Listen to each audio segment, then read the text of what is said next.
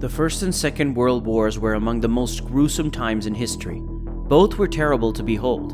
However, the Second World War is considered more terrible than the First. This is partly because of the extent of the war and the number of casualties. Welcome back to the Told You Another Story channel.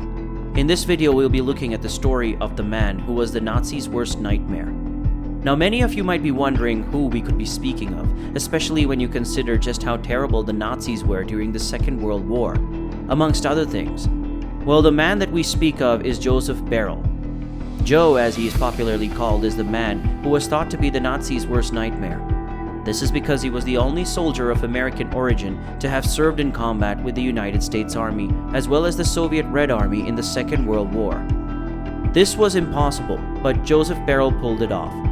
We will now be looking at how he did it. Born on August 25, 1923, Joe came into the world as the third of 7 children born to Elizabeth and William Beyrle.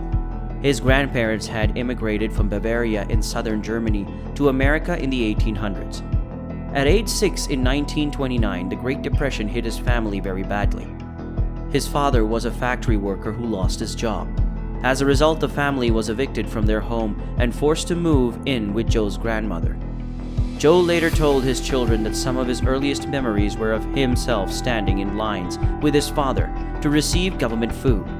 Things got so bad for his family that his 2 older brothers had to drop out of high school to join the Civilian Conservation Corps while sending enough money to the rest of the family to allow them to stay together. To earn some more cash, Joe got a job sweeping at a local barbershop. His parents were determined to see at least one of his kids graduate, so they pushed him to stay in school and earn his diploma. The United States joined the Second World War on December 8, 1941, after Japan attacked Pearl Harbor, Hawaii, the day before. According to Joe, he finished his last year of high school in Muskegon, Michigan, and graduated from St. Joseph's High School in Muskegon on June 7, 1942. Joe was a gifted athlete who was terrific at track and field and baseball. He could run a mile within 5 minutes, and this feat caught the attention of some college recruiters who offered him a scholarship to attend Notre Dame University. However, he chose not to accept the scholarship, and instead he enlisted in the United States Army and volunteered for the parachute infantry. Joe was inducted on September 17, 1942 at Fort Custer, Michigan, and he and 10 other men who had volunteered for the parachute infantry received orders to progress to Camp Toccoa in Georgia. He and the other men received basic infantry and advanced infantry training, or AIT, and after the completion of the basic airborne infantry training at Camp Toccoa, Joe was assigned to the 1st Company, 3rd Battalion, 506th Parachute Infantry Regiment of the 101st Airborne Division, commonly known as the Screaming Eagles. In late November 1942, he and his colleagues moved to Fort Benning in Georgia for their C&D stage parachute training. They were divided into the frying pan area, where they took the C&D stage training, learned to pack parachutes, the 250-foot parachute tower jumps, landing skills, and ultimately the 5 parachute jumps from an airplane in flight. After performing 5 successful parachute jumps, Joe got his parachutist badge, known as Jump Wings, from the regimental commander, Colonel Robert Sink. Joe became part of I Company headquarters as a radio operator. He specialized in radio communications and demolition and was initially stationed at Ramsbury, England, to prepare for the upcoming Allied invasion from the west. After 9 months of training, Joe completed 2 missions in occupied France in April and May 1944 and delivered gold to the French resistance. The Normandy landings, codenamed Operation Neptune and regularly referred to as D-Day, was the largest seaborne invasion in history, which began the liberation of France and later Western Europe, and laid the foundations of the Allied victory on the Western Front. On D-Day, Joe's C-47 transport aircraft came under enemy fire above the Normandy coast, and he had to jump from an extremely low altitude of 360 feet. After landing in Saint-Côme-du-Mont, Sergeant Joe Beyrle couldn't regain contact with his fellow paratroopers. However, he did manage to blow up a power station. He performed other sabotage missions, trying as much as possible to make a dent in the German forces, but he was captured by German soldiers a few days later. For the next 7 months, Joe was held captive in 7 German prisons and tried to escape twice, but was recaptured both times. He and his fellow prisoners were hoping to find the Red Army, which was supposedly a short distance from their prison. he and his comrades set out for Poland on their second escape, but mistakenly boarded a train to Berlin. Joe was turned over to Gestapo, the Nazi secret police, by a German civilian, after which he was beaten and tortured. He was later released to the German military as the Gestapo had no jurisdiction over prisoners of war. This turn of events saved his life, as the Gestapo were about to shoot him and his companions based on claims that they were American spies who had parachuted into Berlin. Beyrle was taken to the Stalag 3C prisoner of war camp at Alterwitz, and he managed to escape from there in early January 1945.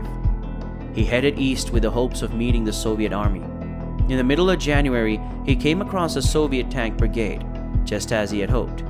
He raised his hands, which held a pack of Lucky Strike cigarettes, and shouted in Russian, "Amerikanci tovarish," meaning American comrade.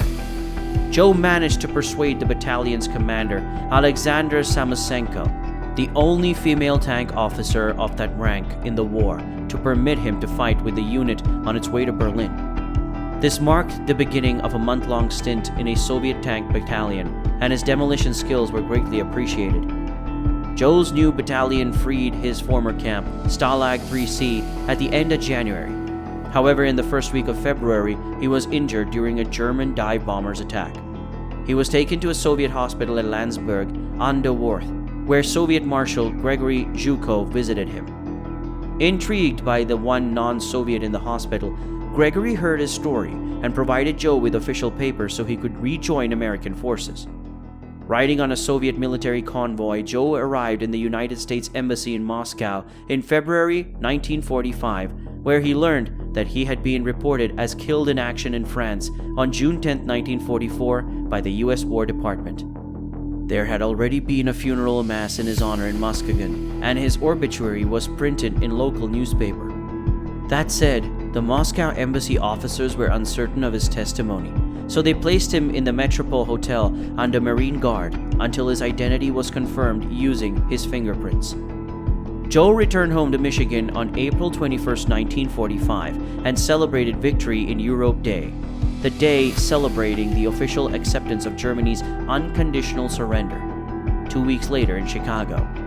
With the Second World War finally ending and his time in the Army over, Joe settled down and got married to Joanne Hollowell in 1946.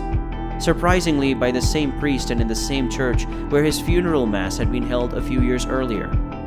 After the war, Joe gained employment at the Brunswick Corporation and worked there for 28 years, retiring as a shipping supervisor. His unique service in the Army earned him medals from the first president of Russia, President Boris Yeltsin, and U.S. President Bill Clinton at a ceremony in the Rose Garden of the White House in 1994, which marked the 50th anniversary of D-Day.